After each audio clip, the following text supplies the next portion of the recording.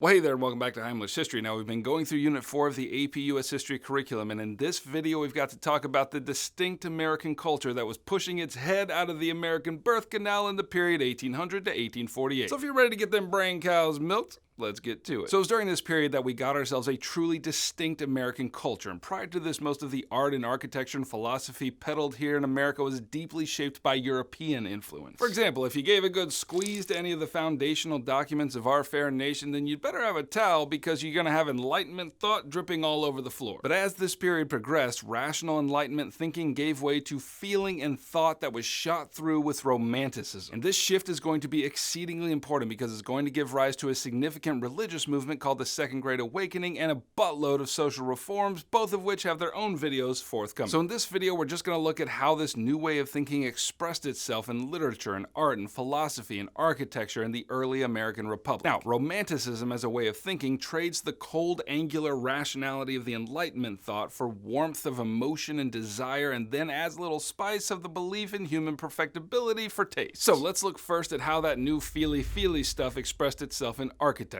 Much of the architecture of the colonial period and just after was built after the British Georgian style, which was much more restrained and symmetrical. But during this period, we see the transition to a more Greek and Roman revival architecture. After all, the Greeks and Romans loved democracy, so do we. Let's build like them. And so you can see this especially in the architecture of Washington, D.C., and even more especially in the Capitol building with its arches and towering dome. If you've ever seen it in person, you know that it takes your breath away, and that is what Romanticism is all about. Next, let's have a look at how American culture was developed through literature. In the early 1800s, Americans gobbled up the novels of British writer Sir Walter Scott, whose heroic characters and classical historical settings epitomized the Romantic movement. But by the 1820s, American authors were taking those elements and sifting them through a distinctly American sensibility. James Fennimore Cooper's book, The Last of the Mohicans, romanticized the opportunity and the danger of the mysterious western lands of America. Another significant writer of this period was Washington Irving, whose famous stories Rip Van Winkle and The Legend of Sleepy Hollow recast America's landscape and people into a world of fantasy. Additionally, Noah Webster published his American Dictionary of the English Language in 1828, and while this really isn't literature, it was used in an extended network of schools and academies and had the effect of standardizing spelling and pronunciation of American English. Next, let's have a look at what's going on in the world of art, and for this I need to introduce you to the Hudson River School. This school of artists used their canvases to portray dramatic renditions of American landscapes, and these artists devoted their paintings to the pristine and untouched land in the American continent, although they often also included hints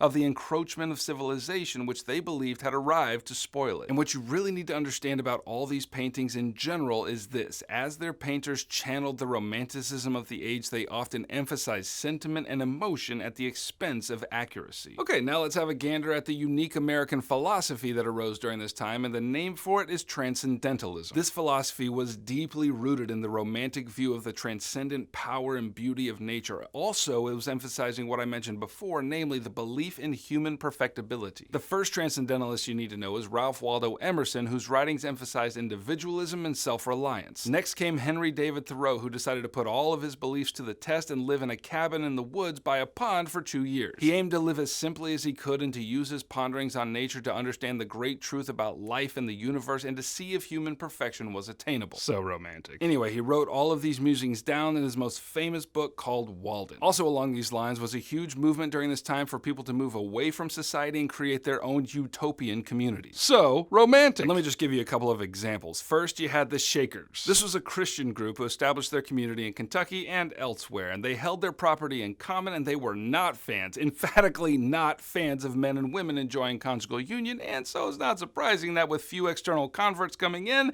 they kind of died out for lack of repopulation. Another utopian community you should know about is the Oneida community. They dedicated themselves to perfect equality, both socially and with respect to property, which they held in common. Eventually, this equality spread to marriage and parenting, like everybody was everybody's spouse and every kid was everybody's kid. But despite the controversy that stirred up from outside the community, they did manage to make some nice silverware, which kept them solvent financially. So all of this to say, Americans worked hard to form their own culture during this time that reflected their own values and their own sense of personhood. Alright, well that's what you need to know about Unit 4, Topic 9 of the AP U.S. History curriculum. If you want to enter a utopia of review for this course and get yourself an A in your class and a 5 on your exam in May, then go ahead and grab my packet and go to town. If you're feeling all romantic after this, then go ahead and subscribe and I shall keep making videos for you. Heimler out.